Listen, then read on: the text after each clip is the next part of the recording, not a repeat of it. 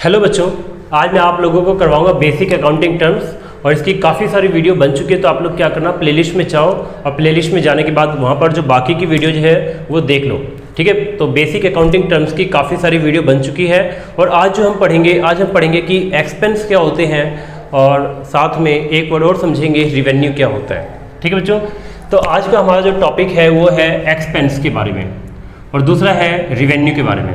ठीक है बच्चों, तो अगर हमें एक्सपेंस वर्ड को समझना है, अगर हमें समझना है कि एक्सपेंस क्या होते हैं, तो बच्चों एक्सपेंस को समझने के लिए बहुत ही ज़रूरी है कि हमें पहले ये पता चल जाए कि रिवेन्यू क्या होता है, क्योंकि एक्सपेंस का कनेक्शन रिवेन्यू के साथ होता है।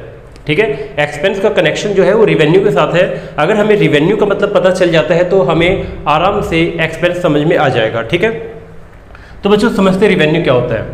तो ये वर्ड है बच्चों, एक अकाउंटिंग टर्म है रिवेन्यू। ठीक है, तो अकाउंटिंग टर्म है रिवेन्यू। अब हम समझते हैं कि रिवेन्यू क्या है। तो रिवेन्यू की अगर हम बात करें तो बच्चों हमारे बिजनेस में हमें कई तरह के पैसे आते रहते हैं हमारे पास।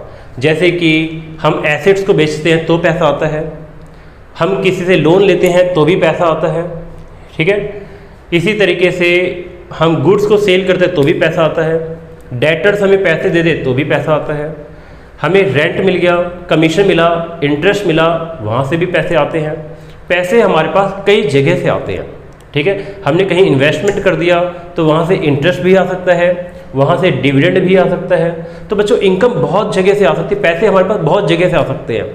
अब बात ये करते हैं कि क्या हमारे पास हर जगह से जो पैसे आते हैं क्या हम उसको रिवेन्यू बोल दें? तो इसका जवाब है बिल्कुल भी नहीं। रिवेन्यू हम सिर्फ उसे बोलेंगे, सिर्फ वो हम उसे रिवेन्यू कह सकते हैं जो हमें बार बार मिले। जो हमें बार बार मिले वो रिवेन्यू है। चाहे कहीं से भी पैसा आए, किसी भी सोर्स से पैसा आए, लेकिन अगर उसका नेचर ऐसा है कि वो बार बार मिले तो वो रिवेन्यू है। ठीक है बच्चों, ध्यान से समझो, पैसा कहीं से भी आए, ठीक है, पैसा कहीं से भी आए, लेकिन वो पैसा अगर हमें बार बार मिलता है तो हम उसको बोलेंगे रिवेन्यू। और जो बार बार नहीं मिलता वो रिवेन्यू नहीं है। एक छोटा सा एग्जाम्पल, जैसे मैं ट्यूशन पढ़ाता हूँ। ठीक है, तो बच्चों मैं ट्यूशन पढ़ाता हूँ तो मेरे पास कई जगह से इनकम आ सकती है। जैसे नॉर्मली तो मेरे पास कहाँ से आती है इनकम? अपनी सर्विस देके। मैं बच्चों को पढ़ाता हूँ तो बच्चों को मैं सर्विस देता हूँ, तो सर्विस देने से बच्चे मुझे फ़ीस देते हैं और ये फ़ीस मेरे पास बार बार आती है, हर महीने आती है। तो अगर ये फ़ीस मेरे पास बार बार आती है तो मैं इसको क्या बोलूँ? ये बार बार आने वाली इनकम है, इसलिए ये मेरी रिवेन्यू है। ठीक है बच्चों, इसी तरीके से मान लो कि मेरी कोई कपड़े की दुकान है तो मैं कपड़े बार बार बेचूंगा। ऐसा तो है नहीं कि एक बार कपड़ा बेचा उसके बाद अब कभी कपड़े नहीं बेचने, बिल्कुल भी नहीं, ऐसा कभी नहीं होगा। हम कपड़े को बार बार बेचेंगे तो बार बार पैसे आएंगे, ये भी रिवेन्यू है। हमारी राशन की दुकान है तो हम आटा, चावल, तेल, सर्फ, साबुन बार बार बेचेंगे, रोज़ बेचेंगे, यहाँ से भी पैसा बार बार आएगा, ये भी रिवेन्यू है। तो बच्चों रिवेन्यू का मतलब समझ में आ गया कि बार बार पैसे आने चाहिए। दूसरी बात ये है कि अब जरूरी नहीं कि सिर्फ हमारी मेन एक्टिविटी से ही जो पैसे आए वही रिवेन्यू है। हमारी मेन एक्टिविटी के अलावा कहीं और से भी पैसे आए। जैसे हमारी मेन एक्टिविटी क्या होती है, मैं ट्यूशन पढ़ाता हूँ तो ट्यूशन पढ़ाना मेरी मेन एक्टिविटी है, इसे ऑपरेटिंग एक्टिविटी बोलेंगे। ठीक है, इसी तरीके से अगर मेरी कपड़ों की दुकान है तो कपड़ा बेचना, कपड़ा का बिजनेस है तो कपड़ा बेचना मेरी मेन एक्टिविटी है, ऑपरेटिंग एक्टिविटी, इसको ऑपरेटिंग एक्टिविटी भी बोलते हैं। तो जरूरी नहीं कि सिर्फ ऑपरेटिंग एक्टिविटी से ही पैसा आए, ठीक है, नॉन ऑपरेटिंग एक्टिविटी से भी पैसा आए, वो भी हमारी रिवेन्यू है। जैसे मैंने कहीं पे एक फिक्स डिपॉजिट करवा लिया, तो अगर मैंने कहीं पे फिक्स डिपॉजिट करवा लिया तो फिक्स डिपॉजिट से मेरे को क्या मिलेगा? इंटरेस्ट मिल सकता है। ठीक है, मैंने किसी को लोन दिया, वहाँ से मुझे ब्याज मिल सकता है, इंटरेस्ट मिल सकता है। मैंने किसी कंपनी के शेयर्स खरीदे तो वहाँ से मुझे डिविडेंड मिल सकता है। ठीक है बच्चों, तो पैसा कई जगह से आ सकता है। ठीक है, तो पैसा कहीं से भी आए इस बात से मतलब नहीं है। पैसा बार बार आना चाहिए, लगातार आना चाहिए, रेगुलर नेचर की इनकम होनी चाहिए, उसे हम बोलते हैं रिवेन्यू। ठीक है, तो अब समझते हैं थोड़ा सा रिवेन्यू का मतलब क्या है। यहाँ पे मैंने बता दिया, यहाँ पे लिख दिया रिवेन्यू। तो लिखा है revenue in accounting means the income of recurring nature. यहाँ पे कहा गया है कोई भी इनकम जो रेकरिंग नेचर की हो। रेकरिंग नेचर मतलब बच्चों बार बार। रिवेन्यू एक अकाउंटिंग वर्ड है, अकाउंटिंग टर्म है। इसका मतलब है ऐसी इनकम जो हमें बार बार मिले, यानी कि रेकरिंग नेचर की हो, उसे हम बोलेंगे रिवेन्यू। और जो रेकरिंग नेचर की नहीं है, जो हमें बार बार नहीं मिलती, वो रिवेन्यू में नहीं आता। आगे एक इंपॉर्टेंट वर्ड है from any source. Any source मतलब कहीं से भी आए, ठीक है, किसी भी सोर्स से आए, चाहे वो इन्वेस्टमेंट से आए, चाहे वो फिक्स डिपॉजिट करके आ जाए, चाहे वो किसी को हमने लोन दिया वहाँ से उस पर ब्याज आ जाए, ठीक है, या हमने अपने गुड्स को सेल किया वहाँ से आ जाए, ठीक है, हमने किसी को सर्विस दी वहाँ से आ जाए, किसी भी सोर्स से आए, लेकिन ध्यान रखना रेकरिंग होना चाहिए, बार बार पैसा आना चाहिए, ठीक है। It consist of the amount received from sale of goods. इसमें लिखा है कि कोई भी अमाउंट हमें अगर रिसीव होगा गुड्स को सेल करके तो ये एक रिवेन्यू है, क्योंकि गुड्स को हम बार बार सेल करेंगे और बार बार सेल करेंगे तो बार बार पैसा आएगा, इसलिए गुड्स को सेल करना रेकरिंग नेचर का है, ठीक है। एंड सर्विस प्रोवाइडेड, अगर मान लो हमारा काम ही सर्विस देना है, जैसे मैं ट्यूशन पढ़ाता हूँ तो मेरा काम ही सर्विस देना है, तो अगर मैं किसी को सर्विस दूंगा तो फीस मुझे बार बार रिसीव होगी, तो ये भी एक रिवेन्यू है, क्योंकि ये भी बार बार मिलेगा, यानी इसका भी नेचर रेकरिंग है, बार बार मिलेगा। टू द कस्टमर, यानी कि अगर हमने अपने कस्टमर को गुड सेल किया या सर्विस दी तो उनसे पैसे हमें बार बार मिलेंगे, ये हमारा एक रिवेन्यू है। It also includes receipt of rent. बच्चों इसके अंदर ये भी इंक्लूड है रिसिट्स ऑफ रेंट। अगर हमने कोई बिल्डिंग किसी को किराए पे दे दी, या हमने किसी के लिए कोई काम किया उसने हमें कमीशन दिया, हमने किसी कंपनी के शेयर्स खरीदे तो वहाँ से हमें डिविडेंड मिला, हमने कोई डिवेंचर खरीदे या हमने किसी को लोन दिया तो वहाँ से हमें इंटरेस्ट मिला, ये भी रिवेन्यू है, क्योंकि बच्चों इनका भी नेचर है बार बार मिलने का। अगर हम कोई बिल्डिंग किराए पे दें तो रेंट हमें बार बार मिलेगा। अगर हमने किसी कंपनी में अगर हमने किसी के लिए कोई काम किया, किसी का कोई प्रोडक्ट बिकवा दिया तो वो हमें कमीशन देगा, तो एक कमीशन हमें बार बार मिलेगा, इसका भी नेचर रेकरिंग है। किसी कंपनी के शेयर्स खरीदे तो बार बार हमें डिविडेंड एक प्रॉफिट का हिस्सा होता है। डिविडेंड का मतलब है एक प्रॉफिट का छोटा सा पार्ट, एक छोटा सा हिस्सा, तो डिविडेंड भी हमें बार बार मिलेगा। हमने किसी कंपनी के डिबेंचर्स खरीदे या हमने किसी को लोन दिया तो हमें इंटरेस्ट मिलेगा, ये भी बार बार मिलेगा। तो बच्चों इन सब का नेचर रेकरिंग है, तो ये सब के सब रिवेन्यू है, एटसेट्रा। आगे लिखा है revenue is related with the day to day affairs. बच्चों जो रिवेन्यू होता है ये डे टू डे अफेयर से रिलेटेड होते हैं। इसका मतलब डेली बिजनेस से रिलेटेड होते हैं, हमें ये इनकम डेली या मंथली या वीकली बेसिस पे आती रहती है of business, and should also be regular in nature. और ये रेगुलर होनी चाहिए नेचर में, ध्यान रखना रेगुलर होनी चाहिए। रेगुलर मतलब बार बार आना चाहिए, ठीक है, रेकरिंग है, ठीक है, या रेगुलर भी बोल सकते हैं इसको, रेगुलर होने चाहिए, ठीक है। तो बच्चों अब ये वर्ड समझ में आ गया। आगे लिखा है कैपिटल इंट्रोड्यूस बाय प्रोप्राइटर। एक मालिक ने बिजनेस में कैपिटल लगाया। बच्चों बताओ क्या ये रिवेन्यू है? इसका आंसर है नहीं, क्योंकि मालिक बिजनेस में कैपिटल एक बार या दो बार या तीन बार लगाएगा, बार बार नहीं लगाएगा, तो ये रेकरिंग नहीं है, रेगुलर नहीं है, इसलिए ये रिवेन्यू नहीं है। लोन, हमने कहीं से लोन लिया तो बच्चों लोन हम बार बार नहीं लेंगे, रेगुलर लोन नहीं लेंगे, ये रेकरिंग नहीं है। लोन लेके पैसा तो आएगा लेकिन रिवेन्यू नहीं है, क्योंकि हम लोन बार बार नहीं लेते।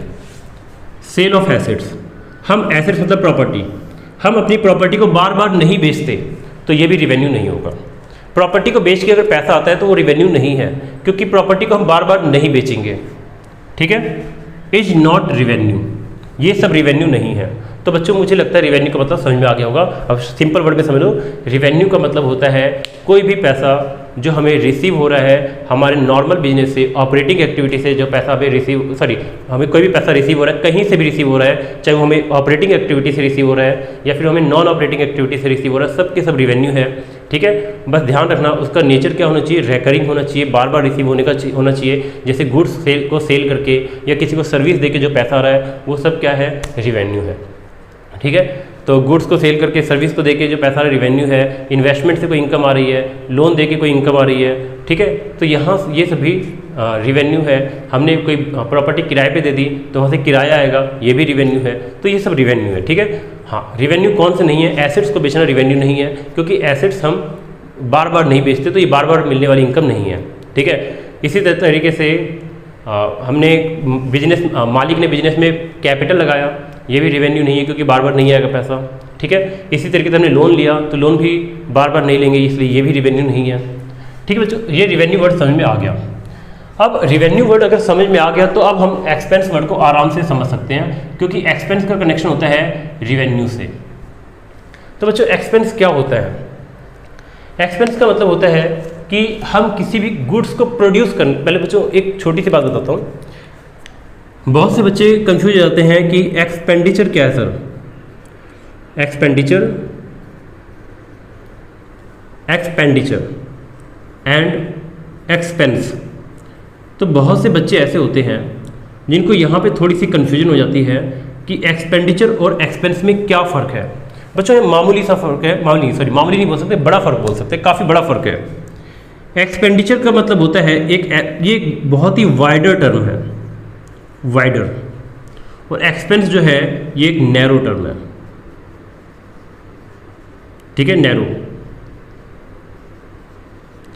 तो ये एक नैरो टर्म है, मतलब वाइडर मतलब ये बहुत बड़ा वर्ड है, इसके अंदर बहुत कुछ शामिल होता है, और एक्सपेंस एक छोटा टर्म है, इसके अंदर बहुत कम शामिल होता है।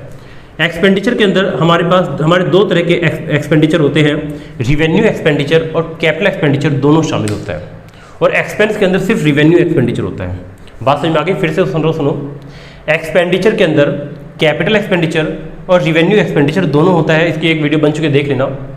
रिवेन्यू एक्सपेंडिचर और कैपिटल एक्सपेंडिचर दोनों इसके अंदर शामिल होगा। एक्सपेंस के अंदर सिर्फ और सिर्फ रिवेन्यू एक्सपेंडिचर होगा।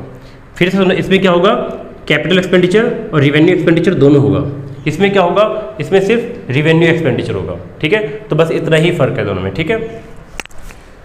हाँ, तो अब जैसे कि हमने कोई एसेट्स को बेचा, एसेट्स को बेच के फिर पैसा हमने कोई एसेट्स खरीदा, तो एसेट्स को खरीदने में जो खर्च हुआ वो कैपिटल एक्सपेंडिचर है, वो एक्सपेंडिचर में शामिल होगा, लेकिन वो इसके अंदर शामिल नहीं होगा, क्योंकि एसेट्स को खरीदना एक कैपिटल एक्सपेंडिचर है और कैपिटल एक्सपेंडिचर एक्सपेंस में नहीं आता, ठीक है। इसके अंदर क्या आता है? सिर्फ रेवेन्यू एक्सपेंडिचर आता है, जो डेली के खर्चे होते हैं हमारे, ठीक है। तो बच्चों हम समझते हैं एक्सपेंस क्या है। Expense is the cost incurred. Cost incurred मतलब कोई भी कॉस्ट आती है हमारे पास, कॉस्ट इनकर्ड इन प्रोड्यूसिंग